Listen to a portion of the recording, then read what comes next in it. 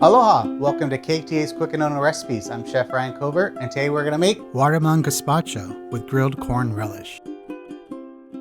Place the watermelon into a blender with the grape tomatoes and cucumber. Blend until smooth. Pour the mixture into a large bowl. Add salt and pepper to taste and mix together well. Refrigerate for at least 1 hour before serving.